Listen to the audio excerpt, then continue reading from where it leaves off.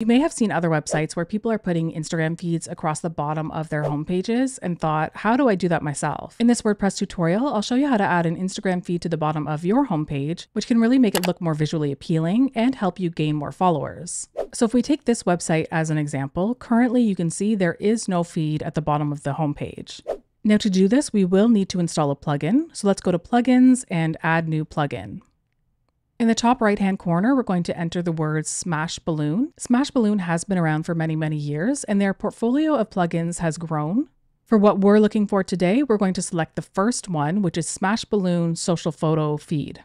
And as I said, they have been around for years, which is why they have over 1 million active installations here. So let's go ahead and click Install Now. And then once it's done installing, simply hit the Activate button. And that's it. It is now active. You might see the same message here. It says plugin activated, and it does prompt you to refresh the page. So go ahead and hit refresh now. And that's going to take us to the setup wizard. So we can click launch the setup wizard, then hit add new to add your Instagram account. Now for this part, I am already logged into the Instagram account on another tab. You may need to sign into your account. From there, simply select whether it's a basic or business account, and it's going to connect you through Facebook. On this screen, it's asking if we've connected before, and in our case, we haven't. So I'll hit no. You can uncheck the, getting emails option if you want, or leave it, and then click connect with Facebook. From here, we'll hit continue, and then it's essentially going to give you the breakdown of the access that it's asking for. We'll go ahead and hit continue, and then simply verify that it is the right domain name. So we'll hit yes, it is my domain. From there, select the appropriate Instagram account. Perhaps you have more than one there. And then hit add. Then we'll hit next. For step 2, we have to configure our features. And for me personally, I'm going to leave everything as is. There are pro features at the bottom, but again, I'm just going to leave everything and go on to the next screen. We then have the option to install additional plugins that it's suggesting, but we're going to turn them all off and continue to the next screen. And there we go. It says, awesome, you're all set up. So we'll scroll down to the bottom of the screen and click the button there. And that's going to take us to our feeds where we can add a new one. So now that our Instagram account has been added, we do have to make a feed. So we'll go up to the top and hit add feed. And while there are different options, we want the user timeline, which is already selected. So we'll go ahead and hit next. We have to select the Instagram account and then hit next. So now it's pulling all of the Instagram posts from the account that we've connected. To add it to our homepage, we have to hit the embed button in the top right, and then simply copy the shortcode. We'll then need to take that over to our homepage and paste it in there. And this is where we'll edit our homepage.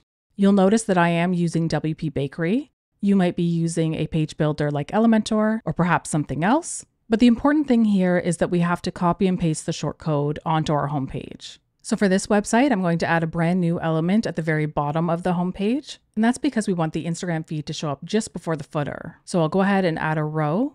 And then within that row, I'm going to add an HTML section where I can paste the shortcode. Once I've pasted the shortcode, I'll hit Save Changes. And now let's preview the page. If we scroll down the homepage, we can see the grid that's been added. And while this does look very vibrant, it's not exactly what we're going for. A lot of modern websites just have a single row across the bottom with 0 padding. So that's what we're trying to do here. So we're going to have to go back to WordPress to edit the Instagram feed settings.